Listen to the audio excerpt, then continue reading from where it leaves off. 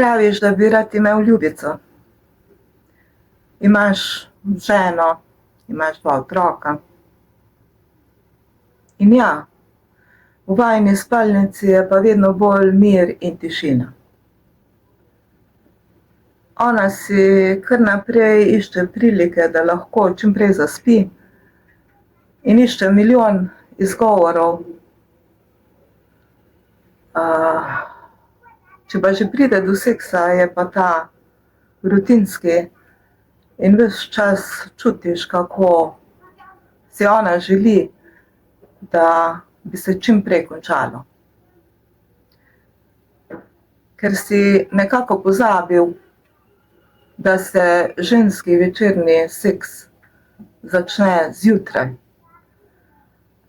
s temi malimi pozornostmi, ker se ti zdi neumno, da bi ta tvoja predigra trajala cel dan. Ker so ti vajini mali problemi v bistvu ubili njeno poželenje po tebi. Ampak ja, ti o tem nočeš razmišljati. Vidiš samo njen obtožujoči pogled, ki ti ves čas govori, da nisi dovolj dober, da nisi izpolnil vseh njenih pričakovanj. Zavedaš se, da je to njeno odbijanje v bistvu in zapiranje v sebe v bistvu kazen za tebe. In zaradi tega si jezen, ker si tega nisi zaslužil, ker misliš, da se dovolj trudiš in nikoli nisi dovolj dober. Mogoče misliš, da rabiš samo seks, ampak to v resnici ni čisto tako. Vsak človek rabi nekoga, ki mu pove, da je dober, ki ga podpira, ki mu pokaže, da je dober. In tudi ti rabiš nekoga, ki se te bo želel, ki te bo samo potrdil, ob katerem boš čutil njeno strast. Ljubico boš v bistvu dobil veliko hitreje, kot si misliš. Dovolj je, da spustiš nekaj svojih tistih iskrivih pogledov, da se nasmehneš ob pravem trenutku, da izgovoriš tiste besede, ki odpirajo žensko dušo in ki so nekoč odprle tudi dušo tvoje žene.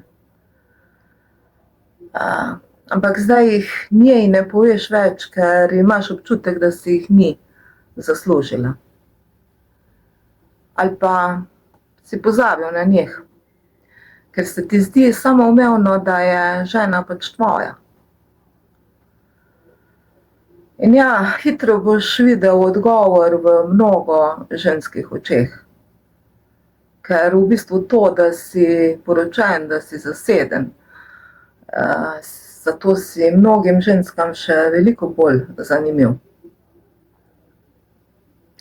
Čas osvajanja bo nekaj najlepšega, kar si doživel v zadnjih letih. Okrog vaju bo se sijalo vroče poletje, vsepovsod bodo slučajni dotiki, ki trajajo samo kako sekundo, a so polni strasti in polni nežnosti, ravno to, kar ti najbolj pogrešaš. Našel boš način, da boš z njo preživljal čim več časa, izgovarjal se boš na delo, na prijatelje, na šport. In dotiki bodo postajali vedno bolj jasni in nedvoumni. Začela se bo vajina avantura. Ona bo oboževala vsak trenutek preživeti s tabo.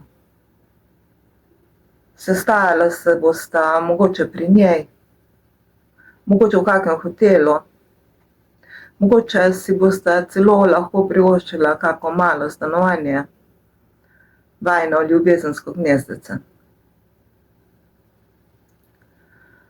Želel si boš preživeti čim več časa z njo.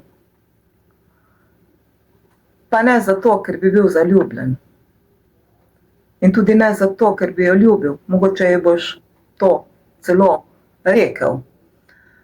Temveč zato, ker so trenutki pozornosti, trenutki samopotrditve, ki jih dobiš ob njej, edini trenutki, ki si jih deležen.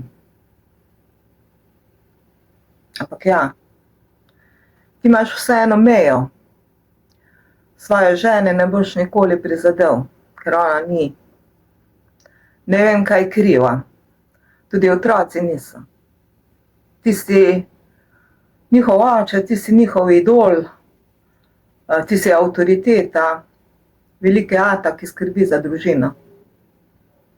Zato si pazljivo izmišljuješ vedno nove izgovore, službene sestanke, celo službene poti.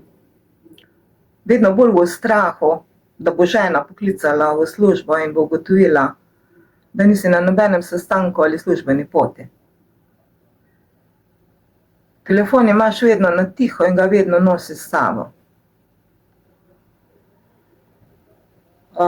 Celo na WC. In tja hodiš tako pogosto, da žena posumi, da si obolel na prostati. Sediš na WC školjki in pišeš nežna, a vseeno zelo moška sporočila, ki so pa vedno nekaj ur bolj pozna od tistih, ki si jih prejel od svoje ljubice. Pri vsem tem seveda moraš nekaj žrtvovati v svojem življenju, da dobiš čas, da dobiš prostor za svojo ljubico. Najbolj žrtvuješ svoje prijatelje, vse manj se družiš z njimi, postaješ jim vedno bolj čuden, vase zaprt, odsoten. Tudi družinska srečanja in razna druženja ti postajajo vedno bolj odveč, ker nimaš časa, ker si vedno bolj zaposlen. Tvoja žena ostaja vedno bolj sama s svojimi otroki, oziroma vajinimi otroki. In še tisto malo smeha v tvojem domu vedno bolj zamira. Doma si v bistvu samo za vikende in praznike. Zidovi med tabo in družino so vse bolj visoki in debeli. In vse to dela samo zato, da počasno pobegneš k ženski, ki jo je pa vedno bolj težko videvati. Lahko jo videvaš maksimalno vsake 2-3 dni. Njen pogled pa postaja vse bolj podoben pogledu tvoje žene. Ker ona pričakuje od tebe nekaj, kar ji ti ne moreš dati. Rabite vedno več, veliko več, kot si je sposoben ti dati. In kmalu tudi njej nisi več dovolj dober.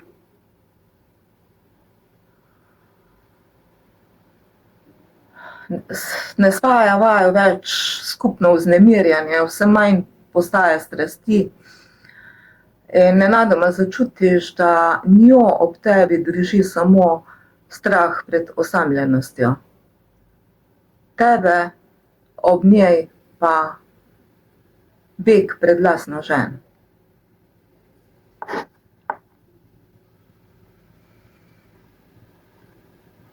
Ali pa morda beg pred lastno neodločnostjo, da bi si uredil svoje življenje in da bi postavil stvari na svoje mesto. In ja, vse to lahko traja mesece, leta, tvoje dvojno življenje, tvoje zapravljanje let za 2 ženski, od katerih ti niti ena ne da več tistega, kar ti najbolj rabiš. Pa tudi ti njiju ne moreš narediti srečne. Vsi trije postanete zaporniki, ujetniki strahu, da ne ostanete sami. Dokler, da se ti, Bog ne daj, ne zgodi, da žena izve za ljubico in boš ostal brez vsega. Včasih je v resnici bolje, da stvari premisliš, da mogoče vse to, kar želiš deliti z ljubico, začne znova početi s svojo ženo, da jo začne znova osvajati, ji poklanjati drobne pozornosti. Na netu je tisoče idej, kako vzbuditi pogašeni ogenj, da bo spet zagorel. In ja, to velja tudi za ženske, ker je nekako škoda življenja, da ga živiš na pol, s pol srca, pol duše in pol telesa.